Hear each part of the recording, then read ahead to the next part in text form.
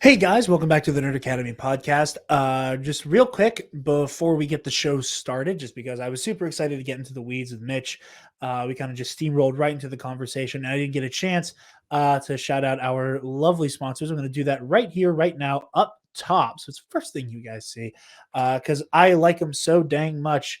Sundaysbloodymary.com/shop. Sundays Bloody Mary has been our very generous sponsor, our first sponsor. So honored to get to team up with these guys. As you guys have heard me say ad nauseum, the spicy Caesar Bloody Mary mix is easily one of my new favorite things to put in my drinks. Period. I absolutely love it. I'm a Bloody Mary guy by trade. I like typically making them from scratch, but the spicy Caesar is so tasty generally that I just kind of am cool with using some dill pickle vodka, some spicy Bloody Mary mix. Shake that some bitch up. There you go. They have a mild mix and a vegan mix as well. Pickled garnishes, pickled okra, dilly beans, and pickled asparagus. I am a big fan of pickled asparagus and Bloody Marys. And they have a holiday bundle as well for the festive season. So be sure to head on over to sundaysbloodymary.com/shop to get all manner of Bloody Mary accoutrement and use code TNAP, TNAP, at checkout. And you'll get 10% off your order and you'll help out your favorite nerds. So, with all that said, without any further ado, here is our No Way Home prediction cast.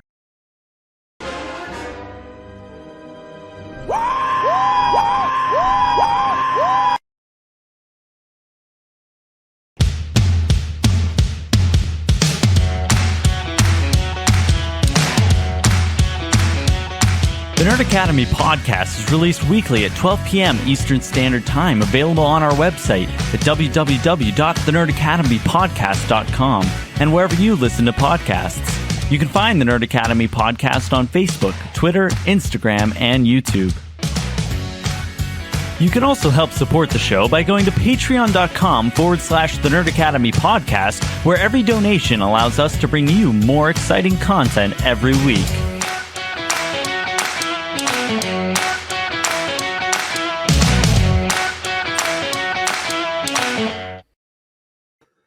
Good morning, class, and welcome back to a special episode of the Nerd Academy podcast. It's a bonus episode. It's Thursday. Obviously, it's also 2 episodes in a row doing episodes with Comic Book Cast, so that's always a good time. Today is the day, whenever you're watching this, of course.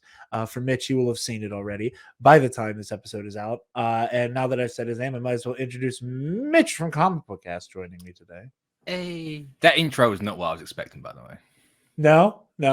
I thought it was going to be because of the trivia thing. You guys unfortunately lost. I thought it was going to be part of that bet. No, but thank you for watching. I would apologize because I watched it and I was like, I've just jinxed him by watching this, haven't I? And then that was very sweet of you for tuning in. No, we aren't starting our punishment until January, and it'll luckily only be on Knights of the Nerd Republic. I was like, oh my god, I'm going to bring this up when I'm going to apologize next time. No, you're good. But no, thank you for watching. That was a lot of fun to record. But yeah, obviously, by the time you guys are seeing this, it'll be Thursday. It'll be Spider-Man Day, the day we've all been waiting for so long. Finally get to see Spider-Man No Way Home. Mitch, by the time this is out, you will have already seen it. I will. Comes out on Wednesday. Yeah, I got to wait till Thursday. I'm seeing it at 8:45 p.m. Oof. Or 8:15 rather. 8:15. Get out of work. Seeing it at 3:15 p.m. for me, I believe. So it's like 10 o'clock your time in the morning. I'd do it. I was like, when do schools get out? And then luckily there was a showing 5 minutes after school's around. I was like, there's no way schools can get there in time. So smart. This is a smart idea. A bunch of shitty kids running around in suits. So I'm trying to avoid the eternal situation where the schoolgirls just manifested when Harry Styles showed up, and it's just like, I need to not have a repeat of that. I don't know. I made some noises whenever I saw Harry, but that's beside the point. but yeah, today's the day. I was thinking about doing this as a live stream. Um, on the day we're recording this Sunday to like open up Spider Week. And then I thought about it. I was like, you know what? It might be a little fun to have something to whet everybody's appetite, maybe on their way to work or the day before they see the movie or, to listen to before they go to the movie, just some final, we haven't seen the movie yet, predictions and thoughts on what we're getting ourselves into come this week. I know I am very excited. I already have my tickets. Luckily, living in East Kabumfuck, Southwest PA, it is very easy to get your hand on hot movie tickets because everybody just buys them at the theater still around here. So lucky me for still living for the area around me for still slightly. I was like living in that the around past. here until Endgame changed everything. Yeah, Nothing's been the same since then. It has completely changed the game, and you have to pre-order or pre-book it. I'm not a fan. I yeah. used to like just going up and showing, not on the day. I'm of two minds. I know. I haven't seen like a crazy like movie screening yet. Like I haven't seen a massive crowd up at the AMC I normally go to yet. I know for The Force Awakens it was absurd. Um Same for Infinity War and Endgame. A little bit for Spider-Man or for Homecoming and Far From Home that is, but I have a feeling that by the time we get there for the 8:15 it is going to be wild. Yeah, And yeah. I'm very excited for it. It's weird to say post pandemic. I think maybe it's because I have my antibodies now. I think it's because like I can't like the COVID can't touch me now. I have my like invincibility frame for a couple months. Is that like I'm like yeah, like I'll go in a crowd. Crowds don't scare me anymore for now. So very very very excited to get in there. And speaking of being at the movies, start there.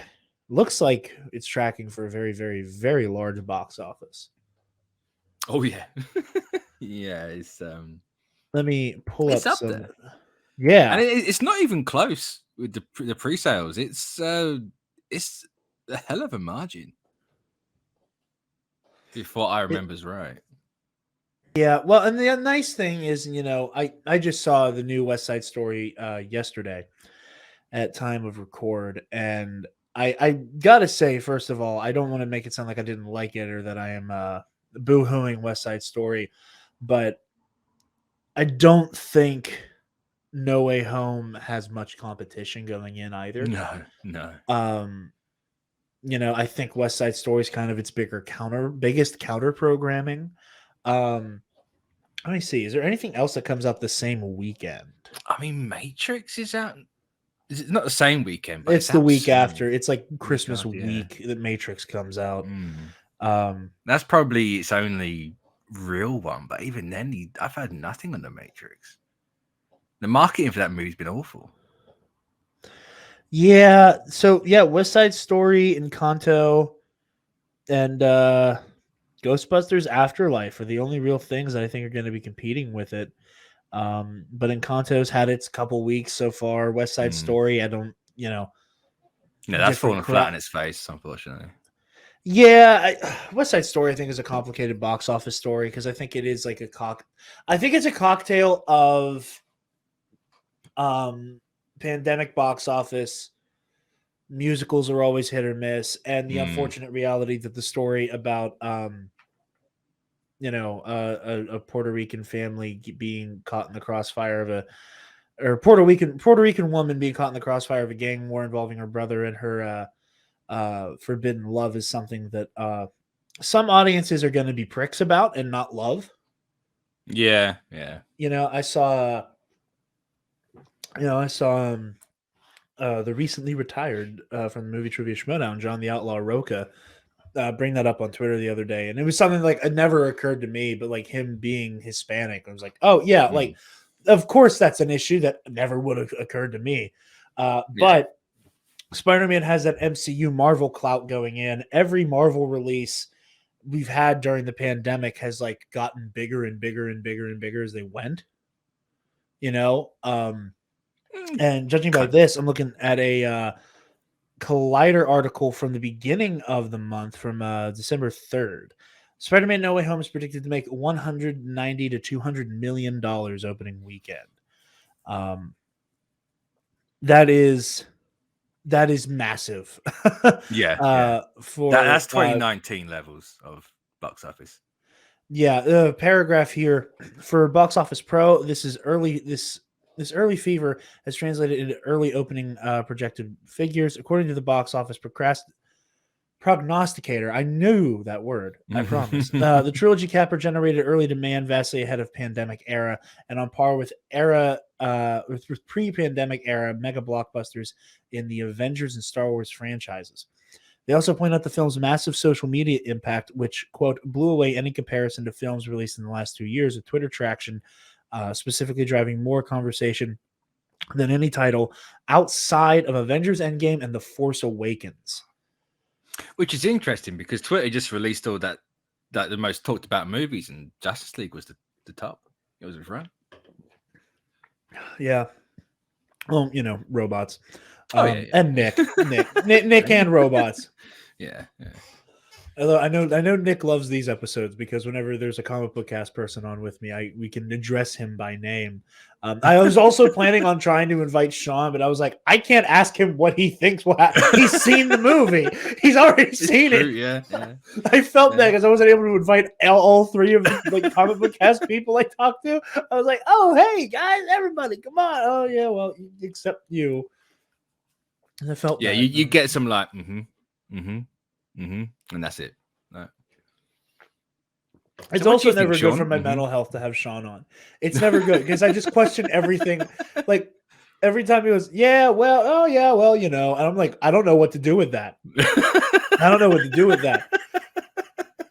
Like, oh my God. Like one of these days I'm gonna be like, all of you are gonna make me let me look into your eyes while we talk on an episode because I want to see what his face looks like while we talk about this shit. One day we will. I'm certain of it. One day. Oh yeah, I know. I just want to look into his eyes when he goes, oh yeah, well, what do I know, Sean, and what do you know? But yeah, so I don't think this is a wild out there prediction. But I think we are definitely looking at the biggest movie of the last 2 years. 100%, yeah.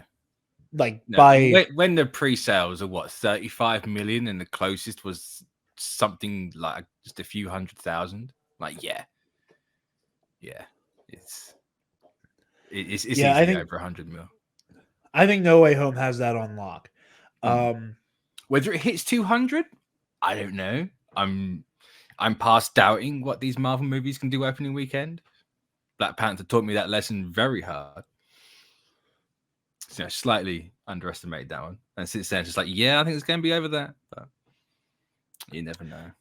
That is very true as well. But yeah, okay. Talking plot. Talking movie. The juicy bit. The juicy bits. How? Okay. Do you think we will have a sixth villain on our hands that is yet to be seen? I do not, and that is simply down to Sony always show you everything in the trailers anyway. You have Tom Holland out here being like, "Oh, that's the tip of the iceberg." It's like, yeah, but it's the final act you're seeing in the trailers. We're seeing first act and third act in this movie, in the marketing. Like, you don't have all five there and then it not be like why would you hide one if you're showing five of them? It doesn't make sense to me. Also just the leaks, this movie is just out there, and yes, there were rumors about a sixth one, like a sixth secret one, but then people saying change their minds to no, there's just five. So that's why I'm firmly on the no. There's five. They want the Sinister Six later on. They don't want to repeat themselves. So why would you have? So only have five. Yeah, you have your Fury. Classic Sony logic. We're only gonna go with five villains. Yeah. I don't know. Part of me wants this to be a Sinister Six, like a full-fledged Mm, six. mm. Um, I also understand the logic of, oh yeah, we'll save the six. Um, if there is a sixth villain, I think we all know who it's going to be. who do you think? It's Venom. You think If Venom? there's a sixth, spoilers if you haven't seen Let There Be Carnage. You don't end a movie like that and then not put him in there if there's a sixth one. Especially See, with the line like that guy on the TV screen. now Yeah, here's where I am like of two minds. I am stuck between equal parts Mysterio, Vulture, and Venom. I it's my thinking with that, and this goes to why they're not doing the Sinister Six, is they're saving that for Tom's villains. There's not a single villain in this roster in this movie that is Tom's. They're all Toby's and Andrew's. And so you save the big Sinister Six crescendo for all Tom's villains on his own. And that's like Michael Keaton, I think, said he's in this movie. I'm not entirely sure if he's a reason. I he said on Kimmel, I think like a month and some change ago, where he said something yeah, some Vulture stuff, and I was like, that could be like a last minute No Way Home like addition, like that could very easily be them like finally splicing him into the movie, because reportedly it's not done yet. Well, no, but that's no movie is. Yeah. No movie is ever done. I don't understand the controversy around that. It's like, why would you hand an essay or any sort of paper in when it's not done? No, you don't hand shit in early. No. Yeah. Avengers 1 was never done before the day of the premiere, essentially, with that shawarma scene. So it's just, Oh yeah, I find right. I find stories like that weird, to be honest. But I do too. But knowing that it's knowing that it isn't completed, yet, and it's entirely possible. at It'd time be of weird. record, we're like what 4 days away. 3. 3, yeah. I like to remind everyone doing countdowns. Yeah, right now. yeah. Like 3. Lucky you Brit. You get free healthcare and you get to go see a If movie you're early. Australian, you get it on the 15th, and if you see it at midnight, you get it in 2 days. I do. Time zones suck. No, Shouts out Blue Bantha Milk Co. You lucky sons of bitches. So yeah, I think there's a chance it could be splicing in Vulture. I was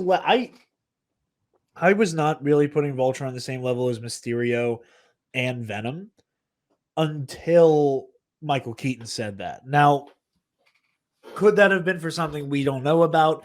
Could it have been for Morbius? Who knows? The fact that he specifically said Vulture, like, makes it feel like he knew the next day he was putting on a suit and not just kind of like Adrian Toomsing it up. For Mysterio, now I'm not going to say that these are one-to-one comparisons, but everybody keeps talking about, the whole movie's out, the whole movie's leaked, the whole movie's with this, that, and the other thing. And like, I've seen a little bit here and there, and I honestly still am not completely sold on anything I've seen as a leak. Simply because I have become very like, okay, I see this thing. I'll believe it when I see it in a cinema. Yeah. Like I will wait for that final rubber stamp. Like I am still not convinced of Toby, like 100% convinced of Toby, Andrew, or Charlie Cox as Matt Murdock. Like if you put a gun to my head, and like we'll talk about this a little bit more in depth later. If you put a gun to my head, and told me like I had to put money on an outcome, I'd probably bet on Toby and Andrew and bet against Daredevil. Interesting. I'm not super like I wouldn't be incredibly shocked if they do show up, but I'm still not 100% buying anything I see that isn't like 1000% confirmed. That said, I look to The Mandalorian season 2, which was similarly to No Way Home leaking the entire time. We knew about Was it Cobb actually? Vanth. We knew about Cobb Vanth, Boba Fett, and Ahsoka Tano all months before the show came out. I remember Ahsoka. I can't remember the other two. But then again, that might be Yeah. because I don't know the name. Well, I know Boba Fett's name, but I don't know like Cobb Vanth. And it's just like, Yeah. I might have just like completely ignored it. But Yeah, those all leaked a while in advance, and with like got reconfirmed multiple times in weird ways too. Where like the rumor about it's like it was like officially like a Deadline or Hollywood Reporter was like, oh yeah, Timothy Olyphant cast in season 2 of The Mandalorian, and then like a week later it was like Cobb Vanth is going to be in The Mandalorian. And everybody went, oh cool, space cowboy, obvious. He's playing Cobb Vanth. And then like rumors about Tamora Morrison, and then the Ahsoka rumors have been flooding for forever. And then like I think Tamora Morrison's like website like officially updated his resume like a week before season 2 started. he was in it. Slightly Yeah. But hey, he still got a TV show and he's not a bigot, so I'll take it. So Mandalorian season 2 is like all this shit can't stop leaking, and it feels like we know everything about the show going in. Bo-Katan, Katie Sackhoff coming back as Bo-Katan, we found out about before we were supposed to know as well. We know all this shit going in. They managed to keep Luke locked in a safe, buried in a sunken ship on a different planet somehow. I don't think it's out of the realm of possibility that Sony circled the wagons enough to keep things like, okay, it's like make another Star Wars comparison. It's like that scene in Revenge of the Sith where they're trying to like crash land the invisible hand, where like shit just keeps breaking off while they're re-entering Coruscant. And it's like, oh, not to worry, we're still flying half a ship. We're like, Sony's like, it's okay, we still have the 6th villain reveal. And I wouldn't be surprised if we see Mysterio. I am not convinced that Quentin Beck is dead. Oh no, 100% no. There's no chance. No. And I also think that, even if he is, if Quentin Beck is dead, they can still bring back Mysterio. Quentin Beck is not the only person to take up that mantle. We had 2 Shockers in one movie. Guess what? Both were Shockers in the comics. So they could still do it, and even then, you can still have it be Jake Gyllenhaal. You just have the CGI as the face. Like this is the entire thing, having illusion. So you can have your cake and eat it on that one. But you're right on that. There's a part of me that is like, I've seen leaky productions keep one big reveal safe before. So like there's a part of me that's like, there could still be anything in the oven here that we don't know about. No. That I'm it's very true. It's true. I'm just with Mysterio. Oh, sorry. I was saying like Mysterio can easily fit in there. Like you can Fandango. Obviously, it's it's the back half of the arc, and he started all this. It would be weird to have a 6 where it's one Holland and then the rest is everyone else. You're right. I think you can make up for that with the fact that it's the biggest Holland villain. Now, granted, true. The pantheon of Tom Holland's Spider-Man villains, not counting like is incredibly Thanos, small, is the Vulture, Shocker, the Tinkerer, and Mysterio. However, this version of Mysterio ruined Peter's life. Yeah. So while you have potentially Toby and Andrew trying to manage a rematch with Otto, which is going to be heartbreaking for Toby, Peter, a rematch for with Norman, which is going to be heartbreaking and traumatic for Peter, for Toby, Peter, and then oh shit, Electro's back for Andrew, and then having to like talk Kurt Connors off a ledge as well. And I think that one of the things that's like also kind of has me on the edge of like I feel like there's a Sinister Six is that I feel like if they were going to stop, if they just wanted to bring back a handful of villains from the multiverse, why stop at 5 and why dig deep enough to bring in both main villains from the TASM movies and bring Sandman into this? You know, like Sandman's personal connection to Toby Peter is resolved at the end of that movie. Yeah. But You then know, they and all are.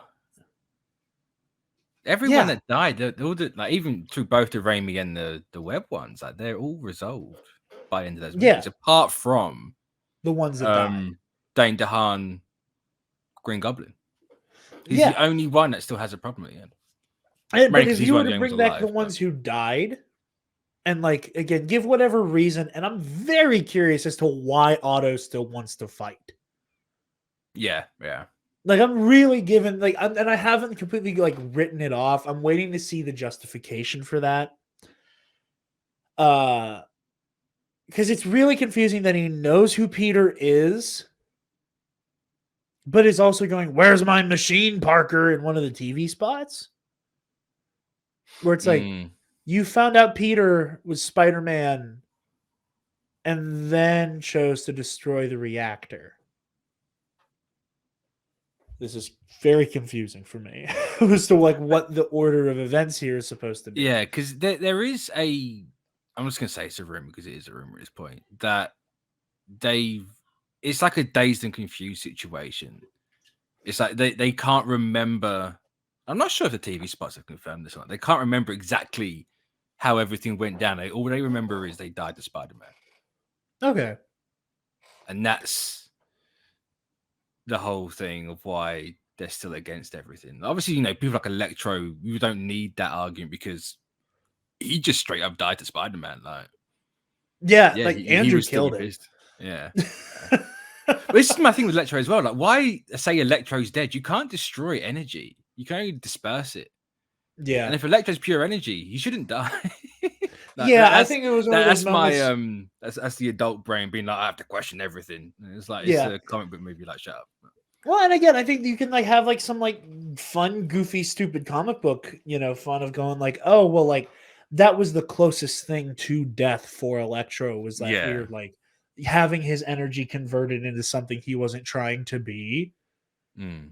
Um, I had the theory right at the start when Jamie Foxx was announced that the way they bring him into the MCU. So at the time, we only knew it was Jamie Foxx as Electro, and the whole Yeah. multiverse stuff wasn't a thing. Like, maybe it was a rumor, but it well, he got the ball rolling on that one. Oh with, yeah, like, he did. But it still could have easily been a case of like, oh, they just it is a multiverse. He's a variant in the MCU.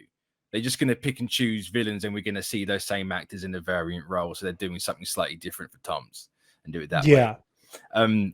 My thinking at the start was, oh, it could very well be the same Electro, but you can't destroy energy, disperse it, and that dispersion of his energy brought him over into this reality. And that's how you can explain clever. why he's I different. like That was my original idea for it. Like, part of me kind of wishes that was the way, but that's just personal bias. No, like in the smell of my own farts, but. Yeah, I mean that's valid. There's one theory I saw floating around on the interwebs. I can't remember the creator who originally did it. I accidentally I saved the video so I could like put it in the episode, and then accidentally deleted it off my phone because I ran out of storage. Oopsie. So if anybody's familiar with this theory, I want to say it's Jay Stoobs on TikTok, but I think I'm wrong.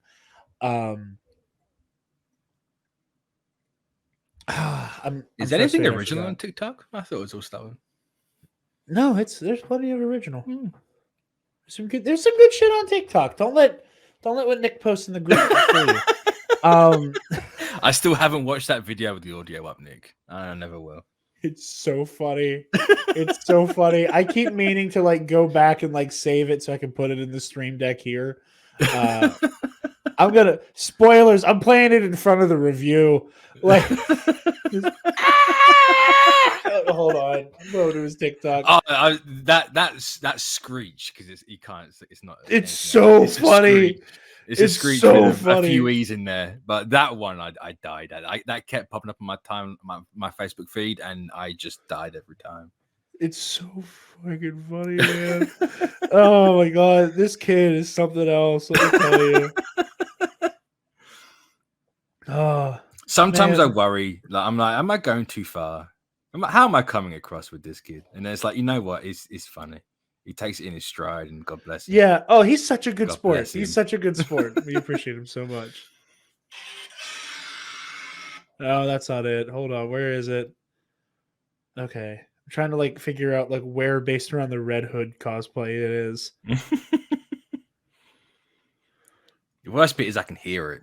I can see and just hear it in my head. Like it's so like oh, accidentally played my own shit because the YouTube video is premiering right now. Any hoozles. I saw this theory that was very fascinating, saying that like we see with Venom, whenever he's displaced seemingly now into the MCU. Yeah. Well, hold that back for a second. With Venom, the only thing keeping me from thinking Venom might be the sixth member is that this version of Venom is not a villain.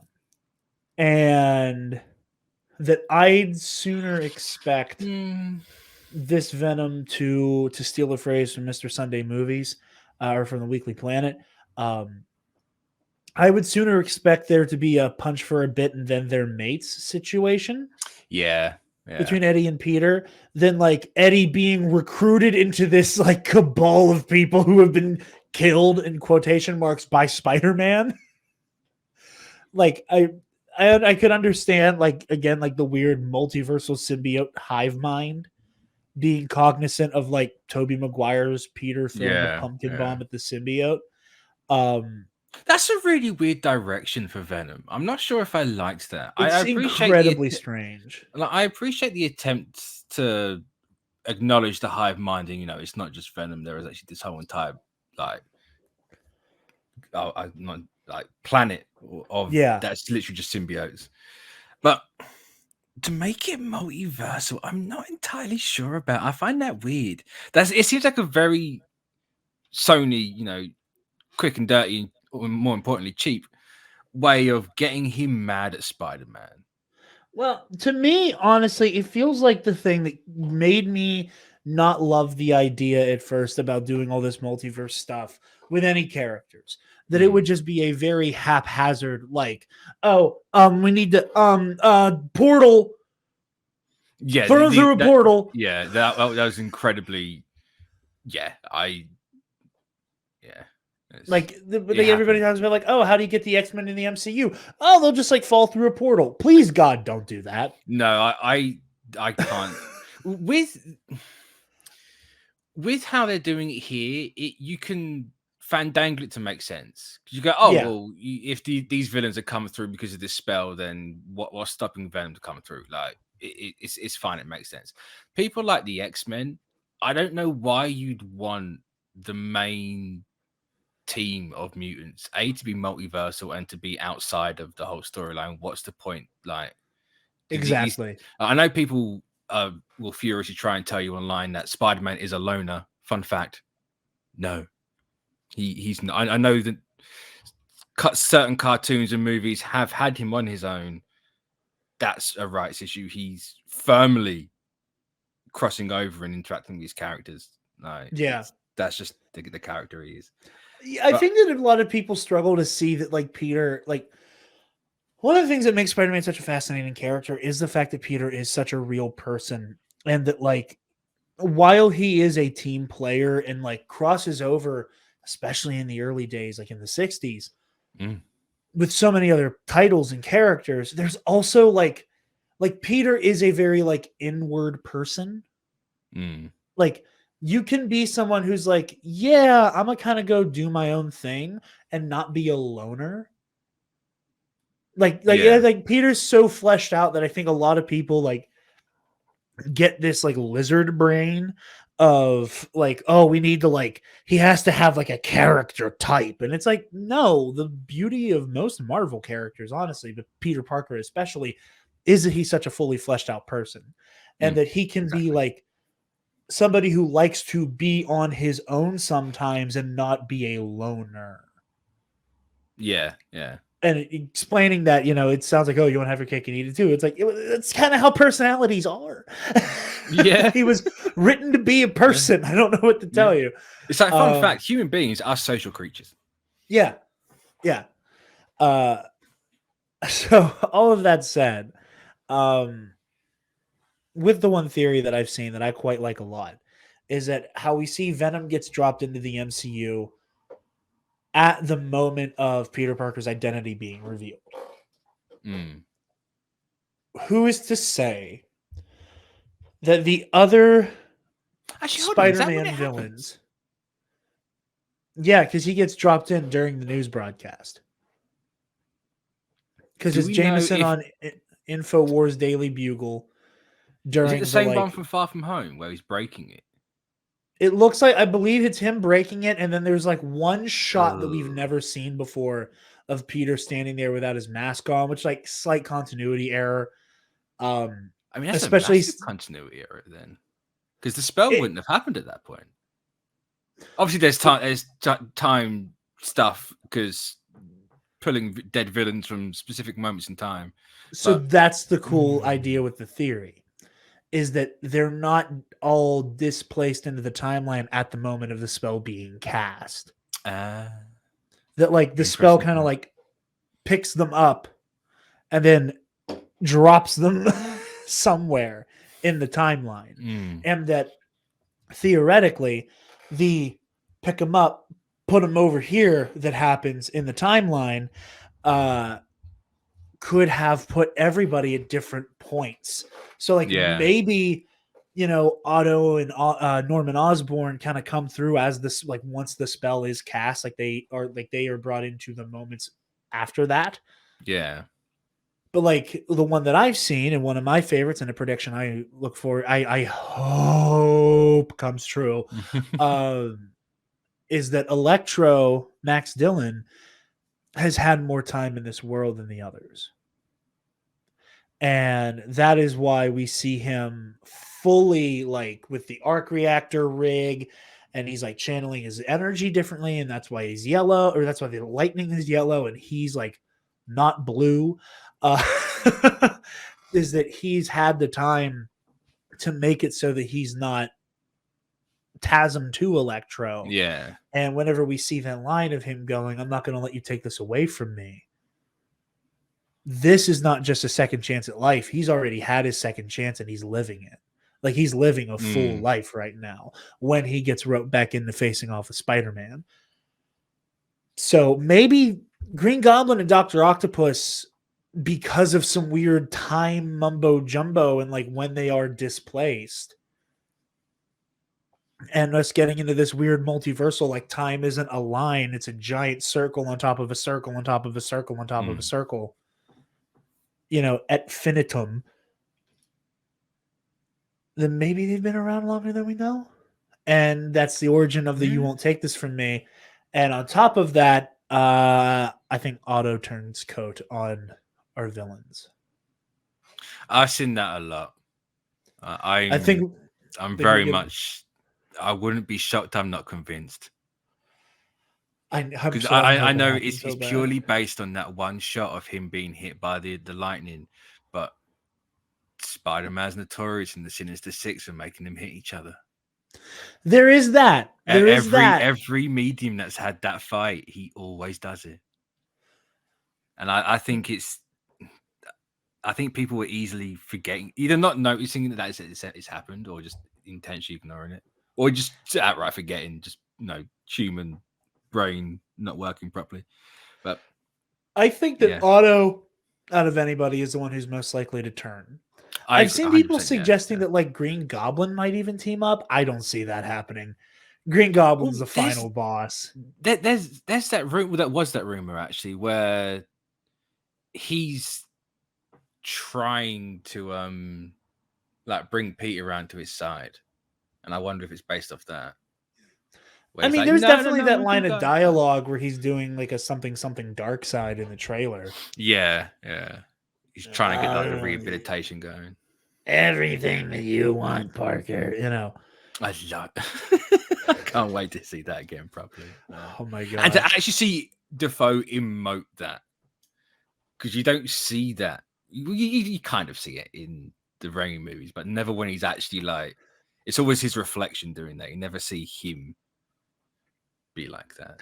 I'm looking forward. I am very curious as to how I'm going to feel for what looks like the back half of the movie where he doesn't have like the original like Green Goblin Power Ranger mask on.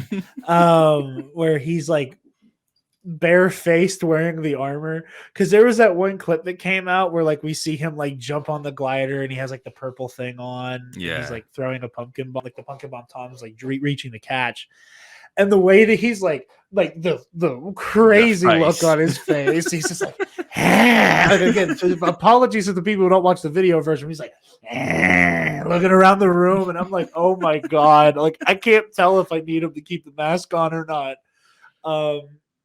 It's going to be something. One way or another, it's going to be something.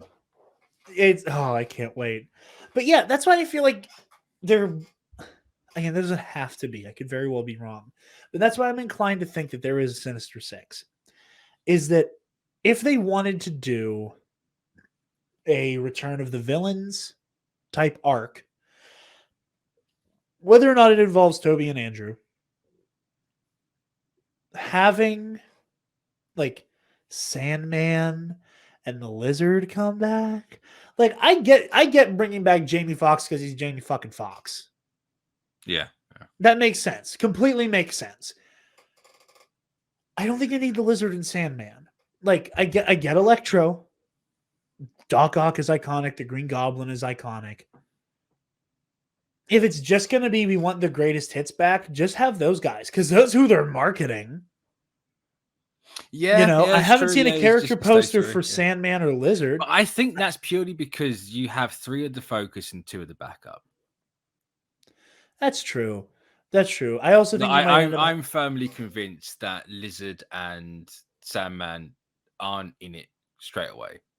I feel like they are a second act low, third act start villain. And that could absolutely be true.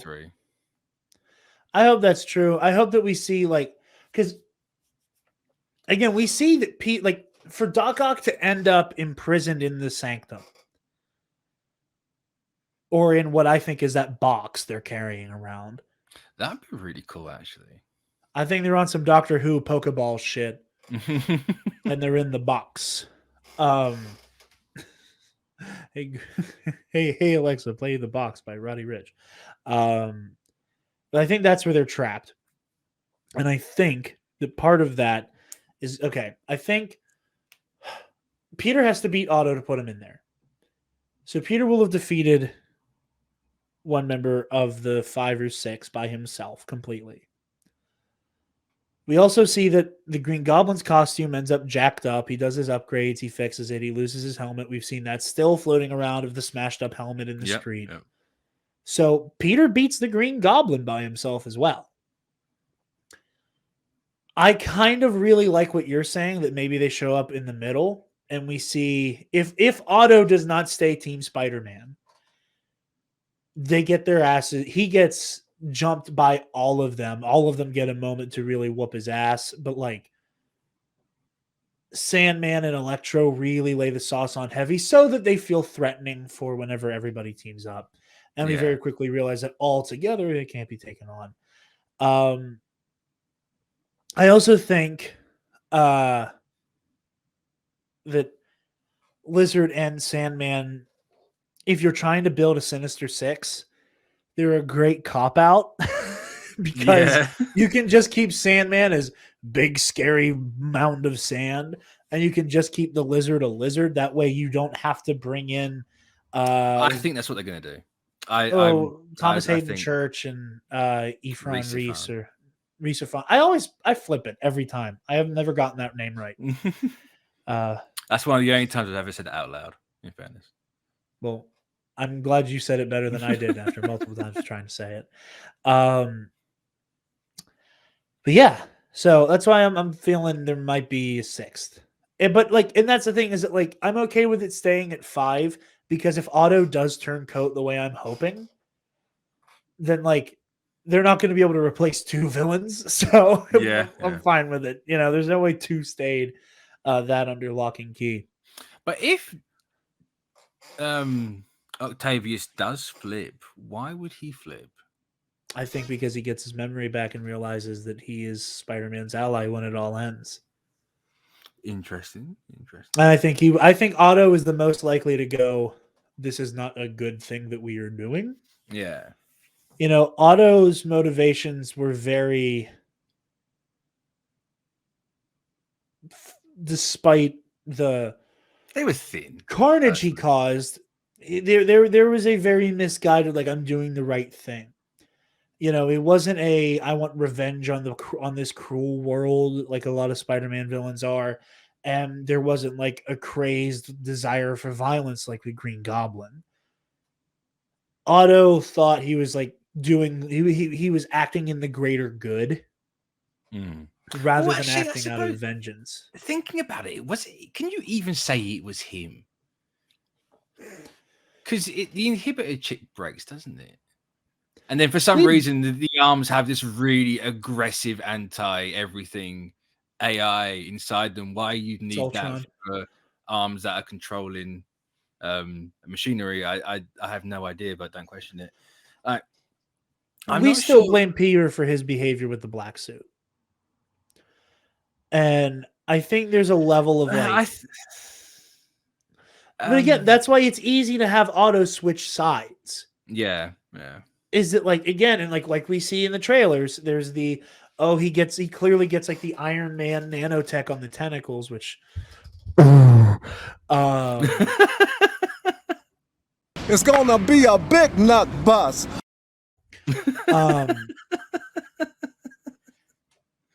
I think that, and I think you and I had this conversation on Twitter whenever that clip first surfaced. I absolutely think that like that will involve the inhibitor chip back off.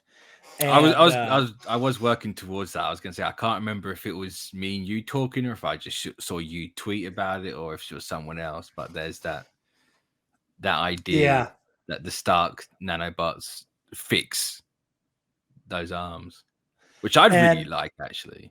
I think it would be cool. And you know what? Fuck all y'all. I'm about to go full Iron Boy Jr. up in this bitch. The idea that Tony from Beyond kind of saves Peter one last time. Like, that's really beautiful too. Yeah, I like that. You know, like, again, everybody can bitch and boo-hoo about Peter and Tony's relationship as much as they want. I love it. I think it works for the MCU. I always find the people that complain about that, I hate being this guy. They fundamentally don't understand what these movies are trying to say and do with that character. Like, you're like, oh no, he relies on this. It's too much Iron Man in Homecoming. The dude's got 5 minutes of screen time. Guess what? Yeah. Toby and Andrew are having 4 times the amount of screen time in this movie. It's never been about Iron Man. It never was. It was always about Peter learning to fight on his own. This poor kid trying desperately hard to find a father figure, hence why he has the same mistake and lesson in the second film. But yeah, that's a little ramble. But I like the idea of Stark saving him, quote, one more time. But the idea that Doc Ock gives up the nanobots back to Peter because he's going to need it. I feel like that's going to be a little MacGuffin on those arms. And he's like, no, you need these. Take the suit back. But then you have that sad tragicness of he's going to have to beat Doc Ock again because the chip's going to be broken. But... my heart. I just got so sad. Why do all the saddest Spider-Man moments involve Otto Octavius? God damn it! Because despite what the Green Goblin fans believe, Dr. Otto Octavius is Spider-Man's #1 villain. He is Peter Parker's Joker. That's such a good. Oh my He is god! the Superman. He's the Lex Luthor to Superman. He's the Mandarin to Iron Man. He's the Red Skull to Captain America. I think their relationship is way more complex than one of a hero and a villain nemesis, and that could be a whole episode on its own. It absolutely is. But for lizard brain, small comparison, that easily chewable, digestible chunk is he's up there. I think, and like that's why so many more modern, like the goddamn PlayStation game. Like giving Peter and Otto this like reverse Obi-Wan and Anakin relationship is the best thing you can do for those two. Yeah.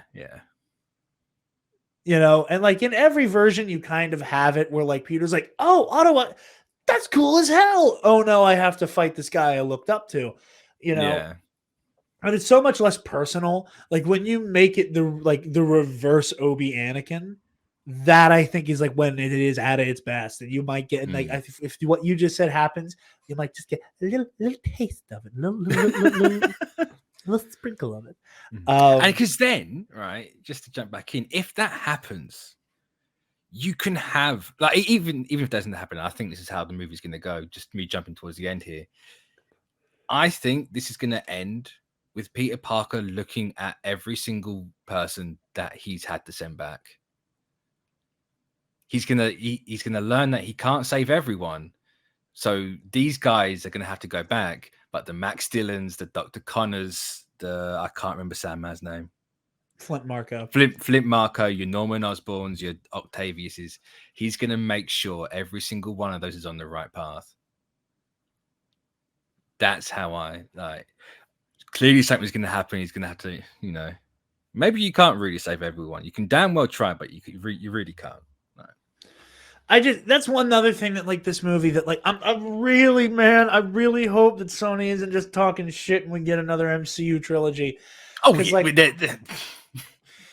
if the sun's gonna rise and it's gonna have Spider-Man 4 on it, like that's where and the sun will set when Tom Holland's no longer on his plane of existence. I don't care what that boy says. I agree with you. I need so badly for this Peter to get his own version of these characters, and like we will. They're not gonna not do it forever. I really hope. At least with Otto, like, I don't know what they can. There's the options are limitless, but I'm nervous for every one of them that they don't get executed. Because here's the thing: you don't have to do Norman as the Goblin. There's Roderick Kingsley. There's the other Hobgoblin, the more recent one, like Ned, which has been a popular theory, especially now that the actor is super in shape. Yeah. Also, you can make Brad from Far From Home Goblin. Just swap out the roles; it still works. Very similar arcs they had in Far From Home, actually. But here's my thing, and this is a thing that I've like had like wrapping my brain around over the years is the like. How badly I want to see in the MCU like specific like the classic thing happen in the movies. Like I want to see Norman Osborn Green Goblin fight Tom Holland's Peter Parker. Like stuff like that. And seeing him face off with Willem Dafoe, like even though it's not his own Green Goblin, is still really fulfilling. But I like how I like how the marketing's been handling that to jump in there, where it's Jamie Foxx has been like, it's personal for him. Pointing at Defoe, it's like, this is entirely personal. Admittedly, he stabbed himself in the nuts. Like, it is getting personal. But I really like just that one line, like the direction they could go with that is, it's a short and easy motivation. And it's like, yeah, he's going to be that little bit more unhinged because he's now got his second chance. And I assume he's going to be more Goblin than Norman. Well, and with a character like Green Goblin, especially the Sam Raimi Willem Dafoe version of it, There are a few people I can imagine being more dangerous to bring back from the fucking dead than the Green Yeah. Goblin. Like Yeah. this version going like, you can't kill me, Spider-Man. Like, oh, Jesus Christ. The dude that who literally just evaporated people. Yeah. Conveniently That's not to say his own nothing of the son and fact that maybe girlfriend. the Green Goblin was a fucking ghost in the Raimi movies. Like, let's just not let that go. Either Harry Osborn is somehow having like a continuation of his father's hallucinations with context Yeah, he that was never would have weird. had, or Yeah, if that was Norman Osborn weird. is haunting the house. Yeah. I kind of, that would have been a really cool thing to pick up on. Like, you could have had an MCU Norman Osborn and Willem Dafoe at the same time, but he's like possessed someone because he's just that insane. I know that that's like way out there, dumb fuck comic book shit, but just this ghost, this Phantom Norman or Goblin possessing the MCU Osborn, I would have really liked that. Oh man, what if that's how Norman was able to do those weird like hallucinations at Harry? If like you can do some type of weird bullshit with how Norman's sent back through the multiverse, is that there's some weird displacement that happens where Norman's like, oh my god, okay, this is gonna be really on the nose, and I need you to follow me for a minute here, man. I'm with you. What if he's literally in the mirror dimension? Oh, genuinely, yeah, do it. Huh? Why not? Huh? And he's like Why not? egging on like original Norman. Why not? Yeah, yeah. It's on some weird shit. Like, I don't know how he ends up in his pajamas and is able to change clothes. Don't worry about it. But like, Ghost not- gotta have drip, man. Come on. Ghost got a drip. I don't like. Okay, we're spitballing. I'm blowing my own mind. This is good shit. This is such. I'm so happy this episode's going exactly as well as I wanted it to. That's, to me, feels really Sam Raimi. I'm copying Tim Burton cheese. Like, Yeah, he's literally in the mirror dimension because you see him in the mirror. right. Like, it's that 90s, that 80s, 90s, early 2000s cheese. Which they're obviously channeling for this. Again, it's a comic book movie. It's going to be cheesy. It's by nature. Why not? Oh, it's so goofy. I love it. Not to bring the mood down, but let's talk some Deadpool here. Not the character, a pool of the dead. Well, I've had fun by. I almost actually legitimately slipped and clicked leave then. I wasn't going to. I almost. That would have been funny. The little like, okay, Mitch needs the link back. Give me one moment. I had a slight hesitation of, am I going to get back in this if I click leave? But, I don't have anybody else to talk to, and I don't like doing content alone. Trying to do a trailer reaction was one of the most uncomfortable things I have ever done in my life. It's weird enough talking in a room by myself. Yeah. Like when people walk by the studio and they can hear me having a conversation with no one and they can't hear the other half. I know I sound crazy in here. Happy Hogan, 1 to 10. 10 being dead man walking. 0. You don't think he's dying? No. You think Happy lives another day? I think Happy is an immortal being, and he's never going to die. I don't think you do Jon Favreau that day, to be honest. Okay, I can see that. I can respect that. I don't think it's being done dirty. I don't think it's done dirty at all if you're killed by like a fan favorite movie villain in probably Green Goblin. Okay, I'll rephrase that. I think it'll be doing little Morgan Stark dirty, and my heart can't deal with that. Okay, I'm in solidarity with you. I you know, it's bad enough they did Morgan Stark dirty as it was, and personally, my inner 5-year-old dirty with Endgame, but I couldn't handle losing Happy. That's fair. Legit getting emotional just thinking about that. Actually, like, no, that's so wholesome. I couldn't do it. Okay. Well, to make it even sadder, odds on Aunt May using the same metric. 10. You think she's dead? I Like think dead. I think she is the members of the board in Spider-Man 1. Ooh, like I think no she's- body. Like you think she gets incinerated? I think she's done. 100%. There's no way Marissa Tomei walks out of this movie alive. Metaphorically speaking, in movie, I think she's clearly. There's no walked way out of it Nate alive. Parker is breathing when the credits roll. Yeah. They killed Marissa Tomei for this movie. And that's purely down to, I think it'd be such a missed opportunity. And I know people have been clamoring for it, like Uncle Ben, for years. But it's also cheesy, but we've had a bit of cheese on this already. I think having the previous Spiders talk about the Great Responsibility line, and I hope and pray it's not the shortened version, it's the actual legitimate version they use in this, just to set the record straight. Power, there must also come great responsibility. It's the full sentence. It's not 2 bullet points. No, it's not a PowerPoint presentation. I also think I like the way you put that, because it is great power, responsibility. It's like with great power, there must come. Yeah. So I blame Raimi for shortening that one, because I couldn't tell you if it was shortened before that, but hey. I think you're gonna have a scene with the Spiders and they're having that conversation, because we're gonna have a conversation about all the differences. Why does Toby's wrists fart when he can make mechanical ones? You know, why is this? Why is that? Why is Andrew the only one to have lost the girlfriend? Why is Holland the one that's locked out with the billionaire?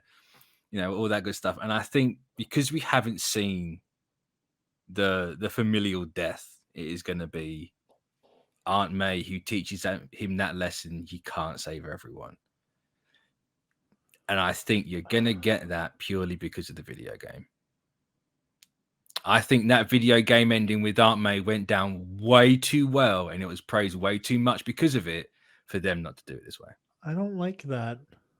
I don't like it either, but I'm not gonna handle that well, Mitch. But you then have this ending of Tom Holland's Spider-Man, Peter Parker, on his own going to college with absolutely no one in his life. How does he handle that in the next 3 movies? And if that happens, and anyone dare says that this Holland has had everything given to him and he doesn't have the Peter Parker, everything is going wrong in your life 24/7, then I'm petitioning the world. I'm going to make a worldwide government, and anyone who says that cannot see a single damn movie again. You're having your movie card revoked. Yeah, just permanently. You can. It'd be there a go the British again, taking away the rights of the world. Look, some people legitimize the argument for human rights. Maybe aren't a good thing, but only some rights. You know, some people are right, some people are wrong. You know, sometimes I worry that it's going to be one of my own that gets this show canceled. Sometimes I'm like, oh man, it's only a matter of time until Mike says some shit, you know, or Travis and I go full comrade a little too hard, you know, that like, no, Mitch is like, yeah, I mate, maybe right's on all the crack up to be. Anyway, that was that. I feel like that was ethically offensive. I apologize. Exactly why I said what I said. Thank you for proving my point.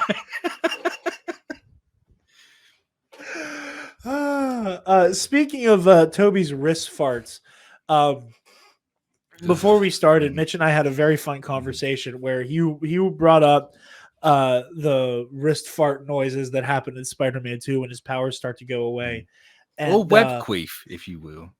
I've had that one thrown at me on Twitter.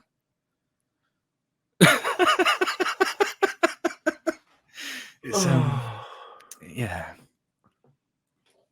I'm full screening myself. Mitch, did you ever say web queef again? I will. I've enjoyed. I my don't know time being on what the I show. will It was do fun. since you live in a different country and have a much bigger channel than mine, but I will do something about it. It's what it. Blame Raimi. It's his. Oh my god! Someone cancel Sam Raimi. I need consequences for that. Jesus. So anyway, there's the web queef, as it has been so elegantly put. And I pointed out that in Spider-Man 3, there are 3 instances where Harry Osborn hits his head comedically hard. And every time it happens, there's like a cartoon sound effect that accompanies it. Sometimes in quick succession as well. Yeah. So look at back the little like setting the stage here. It was the last Monday of November. I think maybe it was the beginning of December. I don't remember. But we were celebrating Thanksgiving that Monday once my whole family was like no longer like if we would give somebody the plague while we had COVID. And like Spider-Man 2 was on while we were getting the house ready, and like Spider-Man 3 came on right after that as people were arriving. So we just left Spider-Man on in the living room. And Spider-Man 3 is on. And I always remembered like whenever like Peter like shoots out the web to like clothesline Harry. Now when he hits the web, there's like a when he hits the web, and then like you said in quick succession, it's like thonk, thonk, bonk, bonk, bonk. Well, he hits every single thing on the way down. And only has a concussion somehow. But I was amnesia. Like, yeah, oh yeah. Actually, doesn't that kill him? No. What kills him is the him getting run through with the glider. No, because he's doing CPR on him in the alleyway, and then you see the doctors with the defibrillators. You know, you are right. He did die. Yeah, he straight up dies. Wow. He dies twice in that movie. He had it coming. And this is why Norman was disappointed in him. He knew. You know what? When you go, maybe you don't deserve that second chance. For audio listeners, I did the weird thing where he rubbed his lips. Anyway, strawberries. God damn that was just James Franco, like behind the scenes. That wasn't Harry Osborn as slightest. No. It wasn't in the script at all. But like during the fight right after strawberries. In the fight right after that, whenever Peter like holds him up to get hit by the glider, there's this like someone using an aluminum baseball bat, ping, right after it like cleans him, like clears his face off.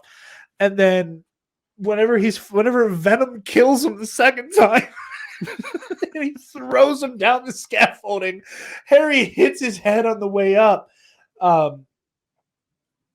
It's when he knocks Harry off the glider. Because when he kills him, he just throws him off a ledge when he's done. Whenever Harry like goes flying, here's just like hilarious bonk that he hits the metal and then slides down. And like by the time there was like the ping off the glider, myself, my girlfriend, and my brother's friend are all like, it's literally every time he hits his head, there's like this goofy cartoon sound. And whenever Harry bonked his head right before getting killed by Venom, we all almost started choking on our Thanksgiving dinner. Like we were all like in the living room, like cackling, while like everybody else in the room who has not been paying attention to the every time Harry hits his head, there's a goofy sound conversation. All of the people who weren't privy to that, all they saw was like this act of violence happen on the TV, and then like the 320 somethings in the corner wheezing. Well, it's like all three of those movies have these sound effects. Like in the first one, where Goblin first shows up and disintegrates everyone bar his son and girlfriend at that point, Spider-Man's jumping on the balloons, and you have that boy. There's a boy. I'm just like, what movie am I watching? I don't remember this like 15 years ago. Like, what's going on? I had the same realization like a year ago. I watched Spider-Man 1 again for the first time in a long time. I was like, man, like it's a good movie. It's a good movie, but there are elements of this that are just ridiculous. Like, and again, like it's a movie about a teenager who looks 40, who gets bitten by a spider and gets magical bug powers. Like, yeah, it's absurd. I know. But whenever like, the boy when he's bouncing on the thing, the fact that in the Raimi universe, professional wrestling is real. Yeah.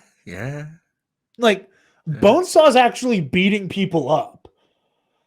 Yeah, he paralyzes a dude. My legs! I can't feel my legs. Like, yeah, he ruined the man's life. All for $3,000. Like, that guy's in the chair for $3,000.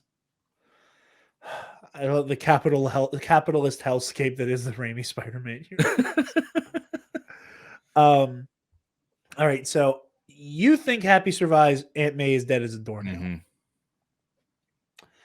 I am clocking in at both at a 5 for Happy and a 6 for Aunt May in terms of confidence and how much I think there's a chance he loses both. They're not necessarily connected, those odds. I think either of them could go. I would be stunned if they both die. But then again, Tom Holland said the movie was dark, so who the hell knows? I mean, killing Marissa Tomei, that's pretty dark. It is pretty dark. I hope he gets to say goodbye to her. I really hope you're wrong that she gets turned to dust. I mean, I don't think she's actually going to be disintegrated. Oh, okay. I thought you meant that very literally, that he's going to disintegrate Marissa Tomei in front of Peter's very eyes. I think it's going to be all related to what not Andrew Fox. What am I talking about? Jamie Foxx. I don't know where I got Andrew Fox from. Going back to it's personal for him. I think you're going to get a really on the nose moment that's a complete reverse of the ending of Spider-Man 1. Oh, where like he fails Yeah, you have Norman. This is why only fools become heroes, Spider-Man. Yeah. I think you're going to have a moment where it's before the suit's destroyed, and I think this is going to be leading into why the suit gets destroyed. But you have Norman losing again. He's going to press the button. The glider's going to come up. Either. Okay. I thought you meant like the weird. Oh, not the choice. You never know. The choice is going to come in later on with MJ. I can feel it. I think either Aunt May jumps in front of it, or something, or Goblin drags her into it when Peter's flipped over it, because I don't see a reality where they don't do that flip with Holland. And then that's how she goes. I'm not entirely sure, but if I was going to do it, that's how I'd have a reverse of the ending of the first fight. And Tomei somehow gets caught in the crossfire. That would be such a gruesome death, too. And maybe stab her a little higher up. Don't do what Norman did. Don't stab her right in the junk. Right. It's just so it's just that type that like the glider just up against the wall and everything. Yeah. Like it's that's grim. It's such a gruesome way to go. And it's one of those things where it's one of those ways to die in like a comic book or a movie that it's slightly less hard to look at when someone's wearing like a suit. Yeah. Where you have like the armor and shit. Like if May is in like street clothes and then just like through the gut. Oh. And just like a blouse and some jeans or some bullshit. Jesus. Oh man. Oh. And I think he's going to try and do the same thing with MJ, because we all know she's taking a tumble. She's for some reason she's there. Whether she pulls the whole Gwen thing from TASM 2, and it's like, no, my choice. No one tells me to do. Like, this is my life. Like, no one's making the choices for me. I'm coming with you to help out with this. I think Ned and MJ get kidnapped, and I'm okay with Possibly. it finally happening once after Yeah. how much autonomy both Ned and MJ have had over the course of this 3-part story. The fact that they at least once get kidnapped by a crazed supervillain, okay. Yeah, and I also think you're gonna have the choice, but there's a little bit, and this could go. This is completely based on one frame of the trailer we've seen, and that's entirely it. But it's very loose as well because the suit has changed. The integrated suit Holland has in this movie has changed. It's gone from having the red fingers to having black fingers with a red stripe on the palm. Okay. Right. When MJ's falling from the Statue of Liberty, you see red fingers. Now, that could be, excuse me, the CGI has changed. They made a suit decision later on, which happens all the time. It's fine. Or they're hiding something. We know they're hiding people in that trailer because there's evidence for it with the lizard being punched in the face by nothing. Who's the only one to have failed the catch?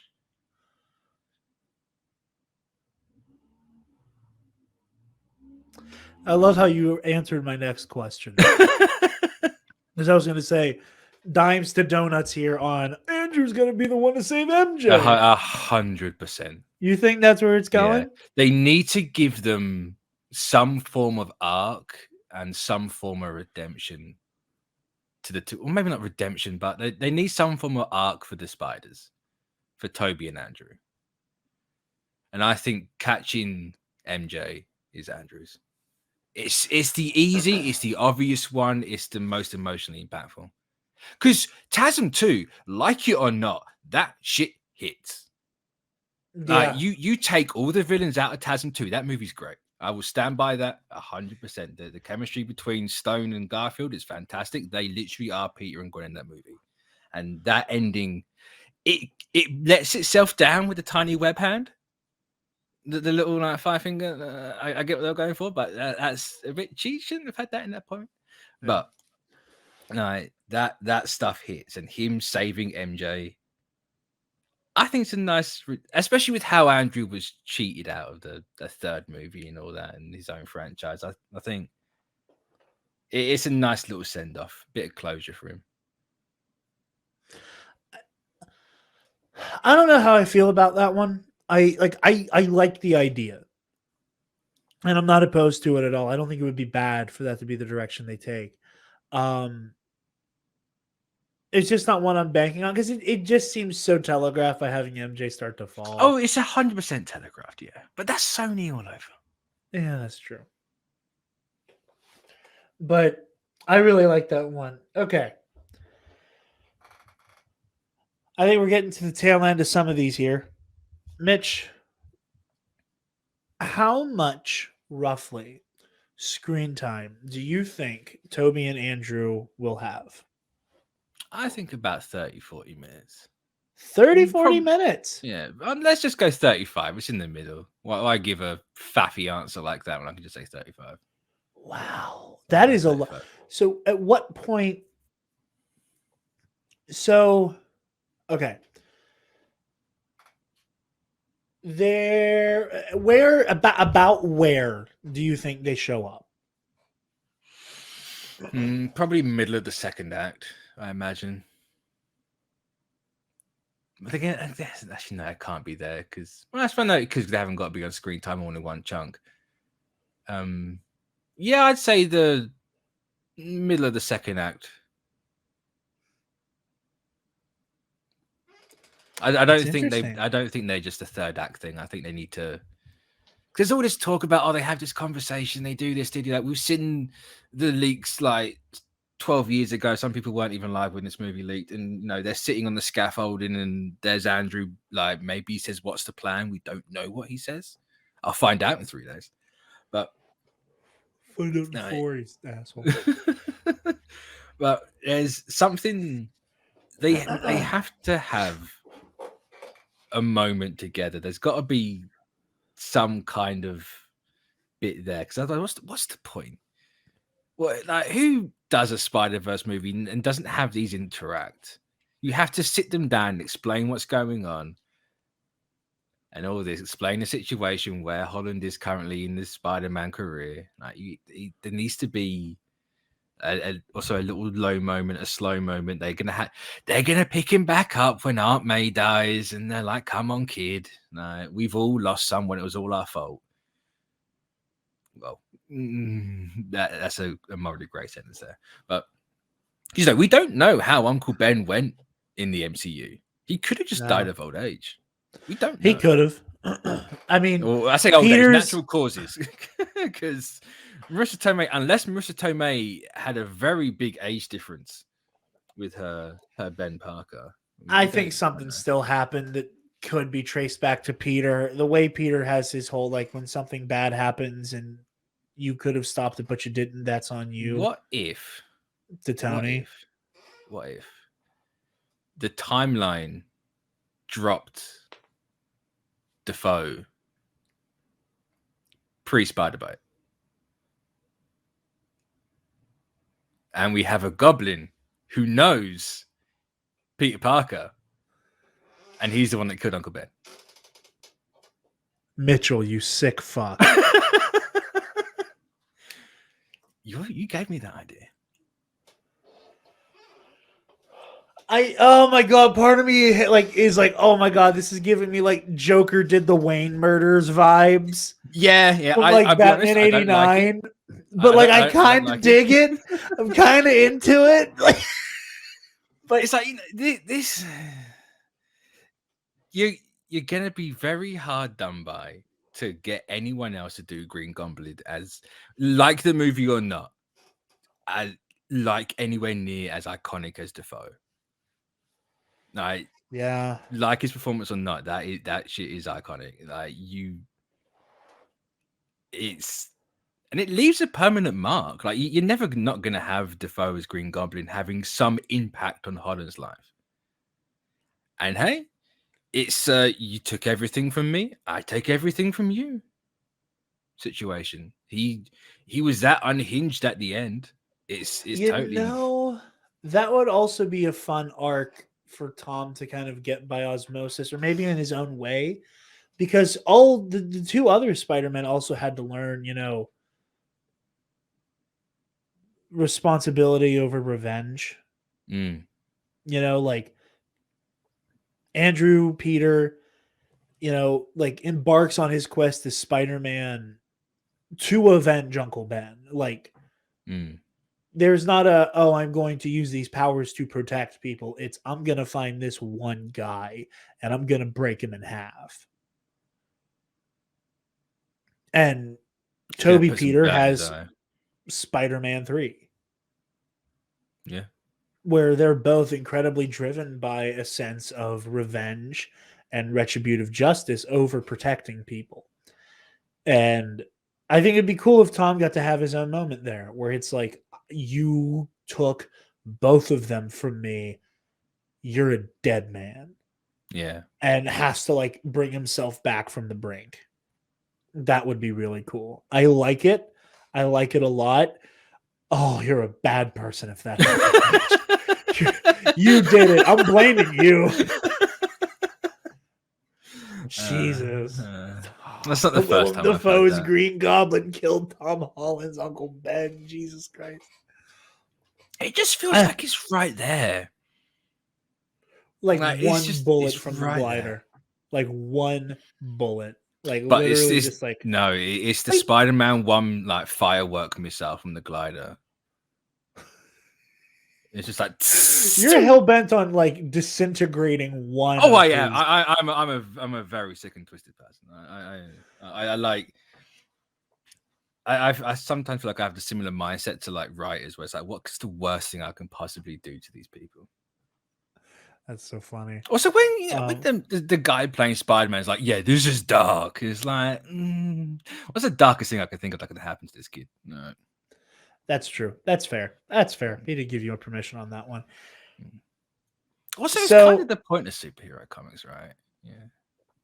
Do you think? Well, I was only going to say 10 to 20 minutes for Toby and Andrew if they're in it. 10 minutes. Wow, that's 10 to 20, like 10 on the low end. That's not even a third act. That's Like- not even the final fight scene, I imagine. You know, with this movie being 2.5 hours plus, that's going to be long. Yeah, They're that was making their something that money I work. didn't take into. You can see. Yeah, I'm gonna go with what you said. To be I fair, think we, I'm we locked don't in know with if you. that bridge fight is an hour and a half long. It seems to be at this point. It might be. It just might be. The sixth member of the Sinister Six is the bridge. I mean, it fits. The bridges have done Peter Parker dirty his entire life. That's true. Mans can't escape him. Uh, Ironically, lives on an island surrounded by bridges. No, I know he's not actually on the island, but that's Peter Parker's weakness, bridges. also ironic right. that there's never any water underneath the bridge. That is also true. All right. Last prediction. I save this one for last. And I implore you. Please. Speak freely. Daredevil. What about Daredevil? You see, because Nick pays me, I have to like put you like in the corner here. See, I'm trying to find a loophole with the bet me and Nick had. I'm trying to find a loophole because what is the bet exactly? I mean, it wasn't even really a bet. It was more just like a gentleman's wager. Just gloat and clout. Oh, okay. So one of you can clown on the other one for eternity. Yeah. Okay. I win either way watching you two go back and forth. So there's nothing I can stand to lose. Because I got a funny feeling he's never said it's Matt Murdock in Spider-Man. He says Daredevil, and Mans ain't wearing a suit. And is it Daredevil if he's not in the suit? I hope you because you're an admin in the Facebook group. You can just comb every single one of his posts for like keyword Matt Murdock. No, I'm. People might know this already. I'm a very pedantic person. I will pick you up on the tiniest thing, and it's not out of malice. It's more than me out of love, and I find that shit hilarious. Oh yeah, but I am pedantry. Quasar by definition. No, Quasar, I was on your side. You said Quasar wasn't a character, and I was like, no, absolutely, Quasar is a character. It's just not Monica Rambeau. Yeah. Out of the several thousand Quasar we've had, she's been none of them yet. You might get your day. Who knows? Several thousand Quasars, and Monica has had 1,800 like different superhero names. It's true, yeah. In fact, it's the only Marvel name she hasn't taken, actually, ironically. Oh. It's just unfortunate for you. But, Monica, hurry up. Make me retroactively right. No, I'm going to see if he actually said Daredevil. You wait. This will go live, and he'd be like, "I said it," and it's like, movie's out. No. By the time this is out, this is out on Thursday. Nick, your cutoff is Wednesday, man. Like, if it's not in the archives, it doesn't exist. But,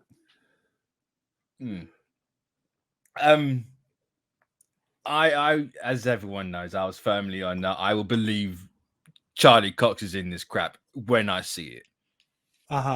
And with all the leaks, it's like there's not a mention of Charlie Cox. What's going on?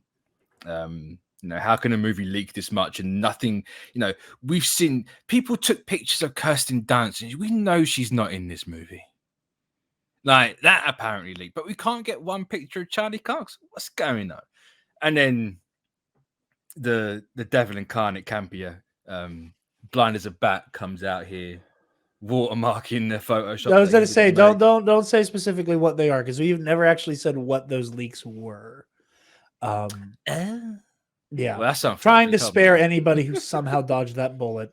Yeah, well, that's unfortunate. I do apologize on that one, but yeah, we've had certain things, and I'm more on the. It could still. It's very much. I'll believe it when I see it. Toby and Andrew, if they're not in this movie, well fucking done. You've just you pull a blinder. What is this movie if they're not in it? Is it even what we've seen? But Daredevil, I think he's in the movie. I've been flipped to the he's there. Okay. I don't know. This is another one I'm kind of 50-50 on. Most of the reason why I'm 50-50 is because of Sean. I just want to put that out there. Is the amount of times I've seen Sean be on some like it came up and Sean went, Charlie Cox isn't in the movie. And I went, well, he was really declarative with that one. And immediately I was like, okay, well, I'm not banking on that anymore. And then I kept seeing more and more stuff about it and not being really sure what to make of it. And I gotta say, the idea that the same week we might get Wilson Fisk in Hawkeye. It's too good to be true, really, isn't it? Isn't it? But it's also fucking perfect. Oh, it is. I don't think Fisk is in Hawkeye this week. Purely because of how the last episode ended. And I feel like you don't do that for 5 minutes and then not elaborate the week afterwards. But I feel like most of the episode is going to be dedicated to that stuff, though. I think a lot of it is going to be like it's a different conversation that you're more than welcome to be a part of at 10 tomorrow. I was going to say we will have that conversation, no doubt, more than once in 2 weeks' time. But I like those stars aligning. I don't know what to make of some of these rumors. If he's in it, I really want it to be a brief cameo doing the whole. It'll be 5-10 minutes at the start. That's it. Yeah. There's no way it's any longer than that. Because here's you kind of got into like how you want the movie to end. In terms of like the outcome for Peter Parker is Spider-Man, I don't want everybody to forget him getting outed. I kind of like the idea that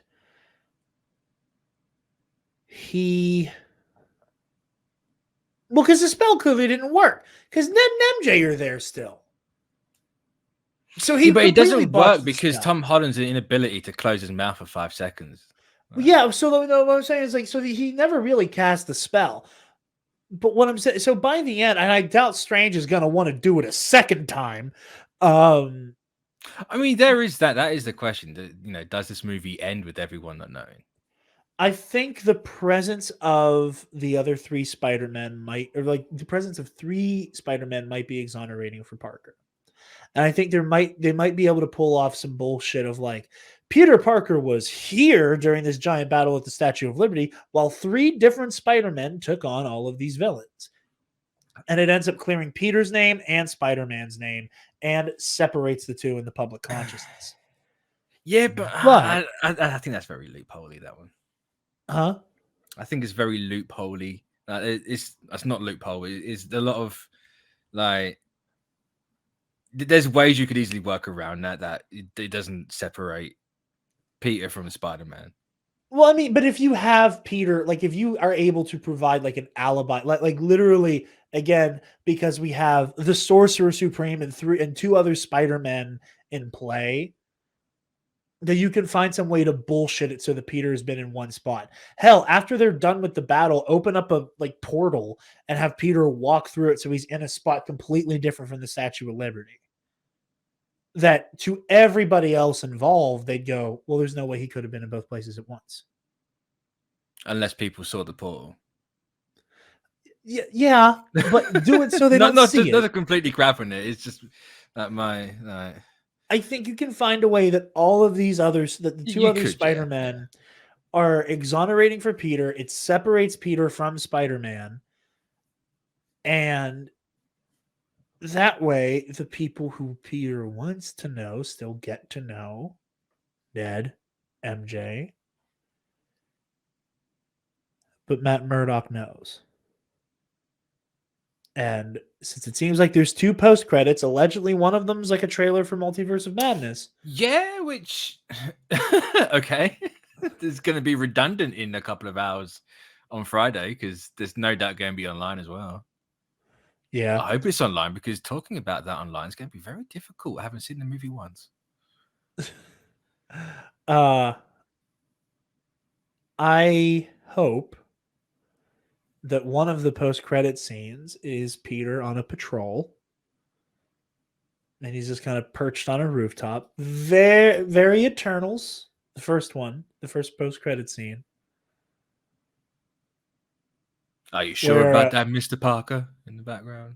something like that, where like Peter's swinging around, he lands, he's like, chilling. He might say something stupid, and then you just hear Charlie Cox's voice off screen. Maybe you can see like a shot of like the red boots, and it's just like, "Hey, kid," or maybe you do a full reveal of Daredevil, and like the new MCU suit. I prefer a full reveal.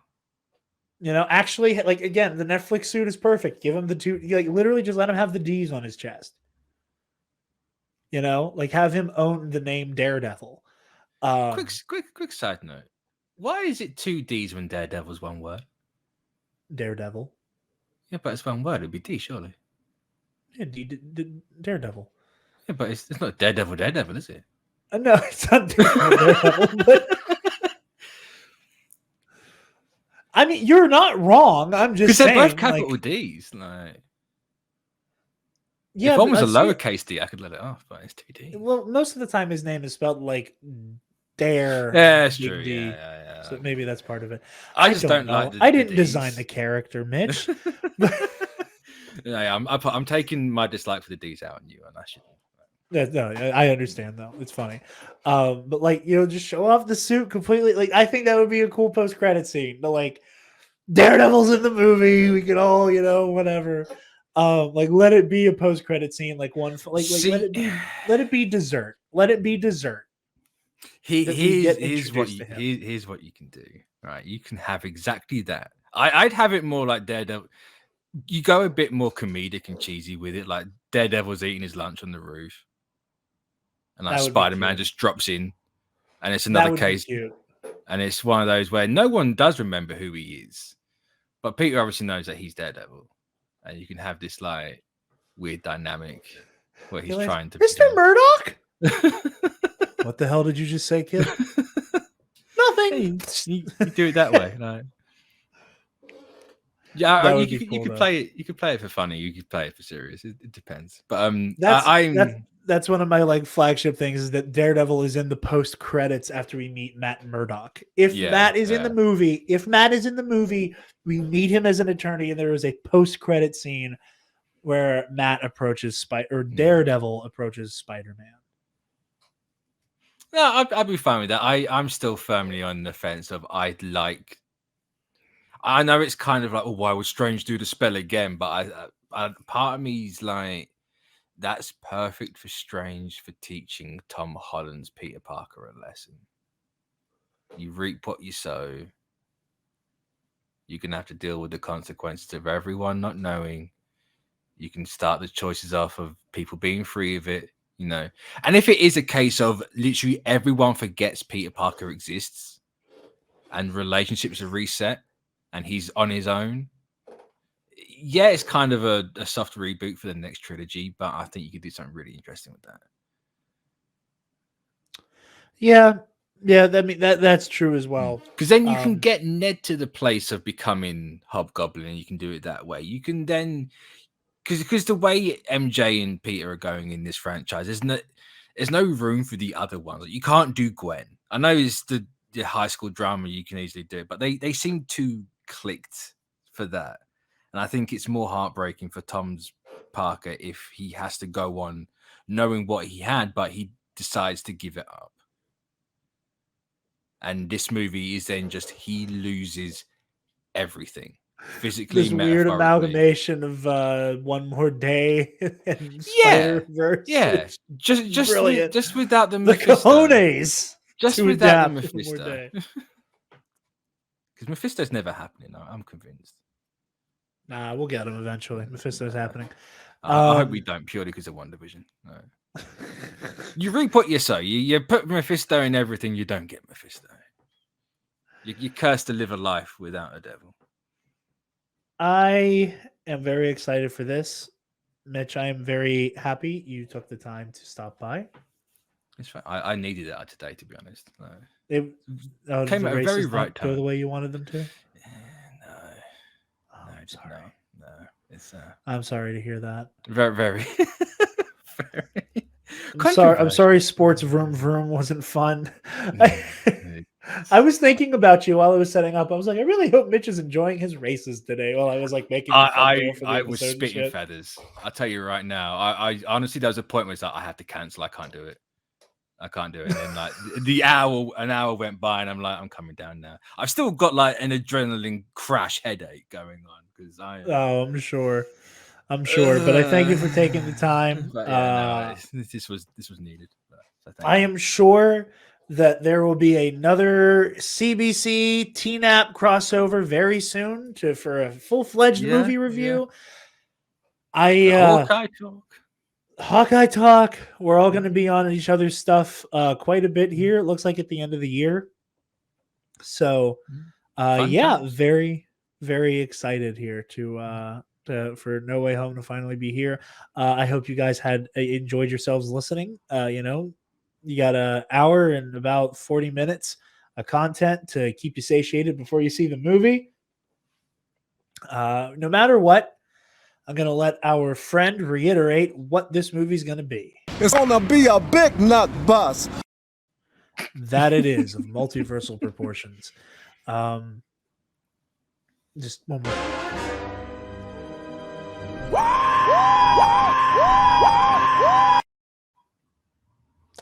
Okay, I'm done. Horrendous.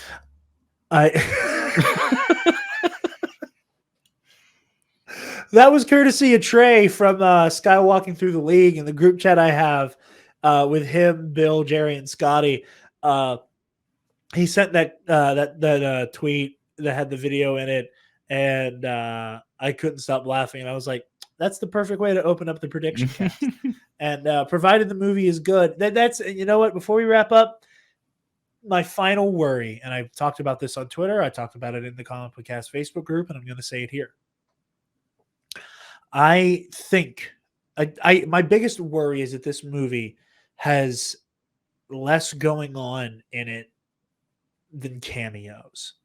That's all we have is that this is going to be like this big memberberry jam.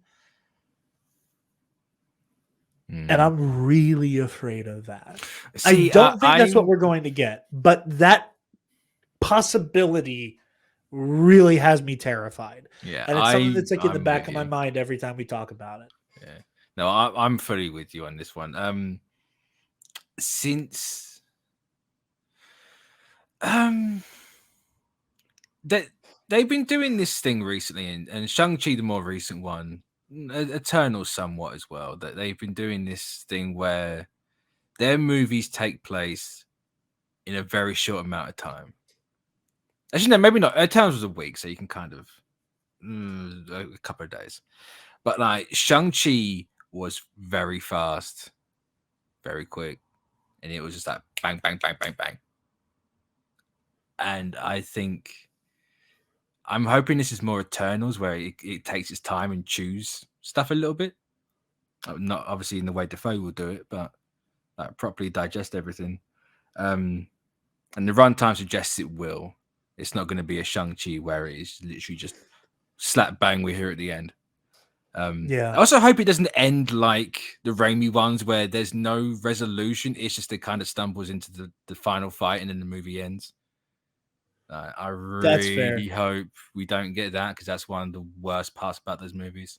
Yeah, whenever I was watching for COVID, like the day of Thanksgiving, I had the first Raimi movie on while I was helping decorate the house, and looked over, and I paused it to go to the bathroom, and I came back, and it was like while Aunt May was in the hospital, like whenever he gets like the "In Spain a man come out to play" phone call, and I paused. I'm like, there's 14 minutes left in the movie. Yeah. I was like, what the hell? Like, where did the Spider-Man 3, the symbiotes in that movie, within the first 10 minutes, you don't see Venom until the last 15. And that's the longest movie. It's in fact, the black suit has 3 scenes. And that's which it. is wild because Toby wears it really well. But it's because it's yeah. slimming. Being 40 years old, you got to look a bit thinner, yeah. Hey, now.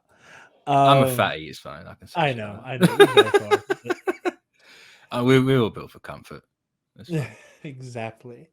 With that, Mitch, where can our lovely people find you and all that you do on the interwebs? You can find me on Twitter, Mitch692. You can find me on the Comic Book Cast. That is the Comic Book Cast, not CBC, because Canada. I need to talk to the colonists about that one. But yeah. Look who's talking. Yeah, Queenie needs to put her finger out on that one and rein him in slightly. But so yeah, you can find me in there on YouTube. You can just Google it. I'm sure it will come up somewhere. Not to sound egotistical, because I have no idea what our URL is. So yeah. That works. You guys can find me on Twitter and Instagram at DarkJedi2552, and you can find the Nerd Academy podcast on Facebook, Twitter, Instagram, YouTube, and on our website, www.thenerdacademypodcast.com, where, if you're feeling generous, you can donate to our Patreon page. Give me $1. Speaking of our patrons, is this the first time you've been on since Give Me $1? I think so. Yeah. I don't think. No. Eternals. You had the okay. Yeah. Did you do that in Eternals? Yeah. It's one of my favorites. My girlfriend and I were at a local Renaissance festival some months ago, and the guy was just doing this bit, and it's funny because so that's footage you've taken. Yeah, I took. That makes it even better. Yeah. Like all of these are clips and memes, but this guy, I'm behind the camera. And funny fact, I'm pissing around on TikTok. This is like almost a month ago. And I find this video of that guy at a Renaissance festival going full comrade. Like he's doing his thing where he's playing with his accordion and yelling at people, and he's talking about the state and how they have a monopoly on violence, and I'm like, whoa, give me $1, guys, bread pilled? Oh my god. I was so there was one of the he's Mr. Anderson. No, he's Agent Smith in the Matrix Resurrection. Yeah. I was so happy. I was like, not only is Give Me $1 guy becoming part of the Nerd Academy like lexicon, he's also like a commie like Travis and I, which made me happy. But speaking of our patrons who give us $1, thank you to our $10 alumnus. My hiccups are really bad. Zach Canals, the Waffle Wizard, Delta 9, Feige's Broomer Burner, Amareu, Shindeu, and one Nick Johnson. With the voice break. Nick Johnson. Anyway. Oh, that's great. So thank you to all of you lovely folks. Patrons. Knights of the Nerd Republic Season 2 Versus Series tournament is here. The brackets are on Patreon. I will be posting them to our main social media in the next couple days. They're a little bit different than last year. It's 2 separate brackets for the winners of their versus matchups and then the losers. And then obviously the winners of either side will play each other. Brackets will be decided that way. Fill one out, send it in. You subject line of I believe it's versus tournament brackets. It's in the Patreon post. I'm putting up the same post on all the socials soon. Yeah. So be sure to do that. The live stream Spencer and I will be doing to do the Versus Series tournament will be very soon. Might be beginning of January. I don't know. Like worst case scenario, we do it at the beginning of next year. But stay tuned for all of that because we will be back in full force for the Versus tournament. Very excited to do that. So get those in. At the email is nerdacademypod@gmail. No, just nerdacademypod@gmail. be sure to check out our sponsor, SundayBloodyMary.com.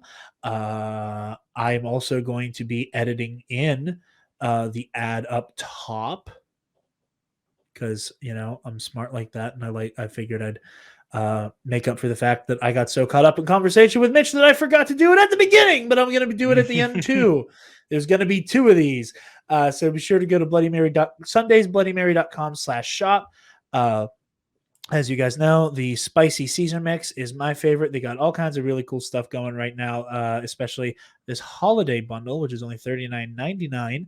And if you use the code TNAP, TNAP at checkout, you get 10% off your order and you'll help out your favorite nerds while you do it. Be sure to like, comment, share, subscribe, do all of the things. We are honored that you have joined us. And that's the Star Wars sign off, and class dismissed. Stop! Move away from the cookie jar!